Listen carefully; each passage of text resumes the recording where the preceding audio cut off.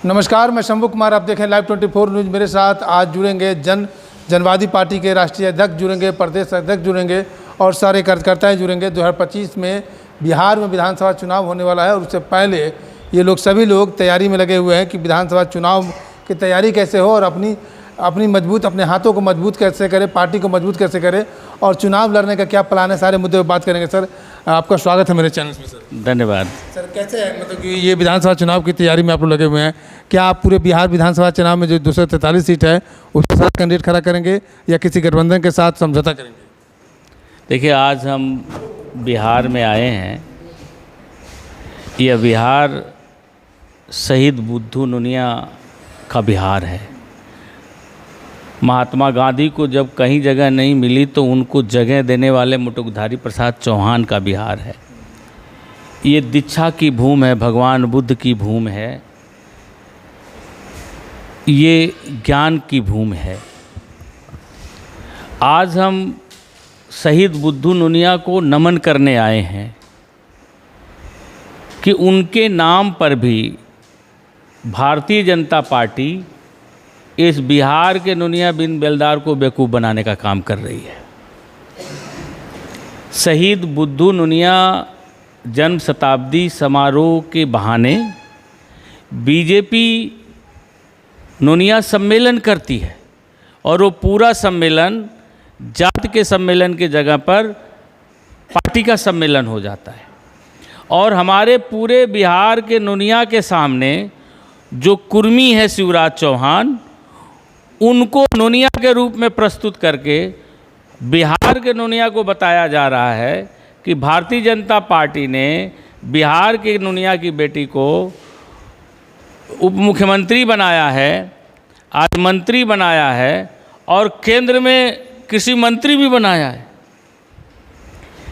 इतना बड़ा नुनिया के साथ धोखा, ये तो धोखा देने वाली बात है, नहीं फ्रॉड हो गया एक तरह से। इतना बड़ा इस बिरादरी के साथ धोखा जो कुर्मी हो और उसे नुनिया कह के बता करके और नुनिया का बेटा कृषि मंत्री है यह बता करके आप बिहार के नुनिया को बेवकूफ़ बना करके वोट लेना चाहते हैं।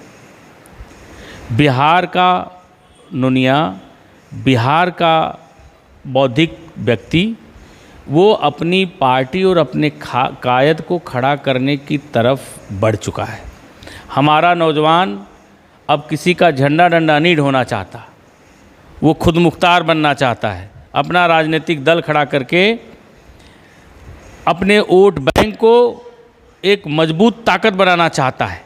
और यहाँ बिहार में आरजेडी हो, कांग्रेस हो, बीजेपी हो, ये सब लोग कुछ चंद नुनिया बिरादरी के नेताओं को टिकट की लालच देकर या विधानसभा का टिकट दे करके गुलाम बना करके उनके माध्यम से पूरे 11% नुनिया को बिहार का गुलाम बनाए रखना चाहता है।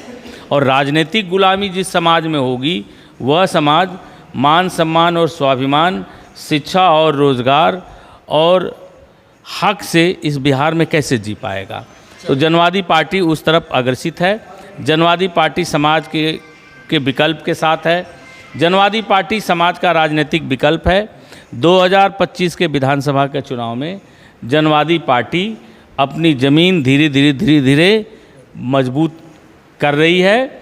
और जो नौजवान बिहार का राजनीतिक आज़ादी की बात सोचता होगा, जो नौजवान अपनी राजनीतिक इंकलाब की बात सोचता होगा, वो जनवादी पार्टी के साथ खड़ा होगा और 2025 के चुनाव में जनवादी के झंडे तले इस देश में सच्चे जनवाद की स्थापना के लिए जनवादी पार्टी द्वारा चलाए जा रहे भारतीय राजनीति के यहूदीकरण के खिलाफ जनवादी लोकतंत्र और जनवादी राष्ट्रवाद की स्थापना के लिए वो जनवादी पार्टी के साथ होगा। राष्ट्रीय अध्यक्ष का ये बयान है और मेरे साथ प्रदेश अध्यक्ष जुड़ेंगे। सर, क्या कहेंगे, क्या आप लोग 243 सीट पर खड़ा होने जा रहे हैं? 243 सीट पर की तैयारी कर रहे हैं। अगर हम गठबंधन में जाएंगे तो जो गठबंधन का हिस्सा बनेगा उतना हम लड़ेंगे। हाँ, गठबंधन में जाने का किन पार्टी के साथ संभावना है? अभी कोई संभावना है, कल के बाद हम लोग बताएंगे इसके। क्या कहेंगे सर? सर, इस प्रदेश अध्यक्ष के बातों का मैं भी समर्थन करता हूं और राष्ट्रीय अध्यक्ष के कहने के आलोक में हम लोग चलने का काम कर रहे हैं और हर ज़िले में और हर विधानसभा क्षेत्र पे अपना कब्जा जमाने की कवायद हम लोगों की शुरू है।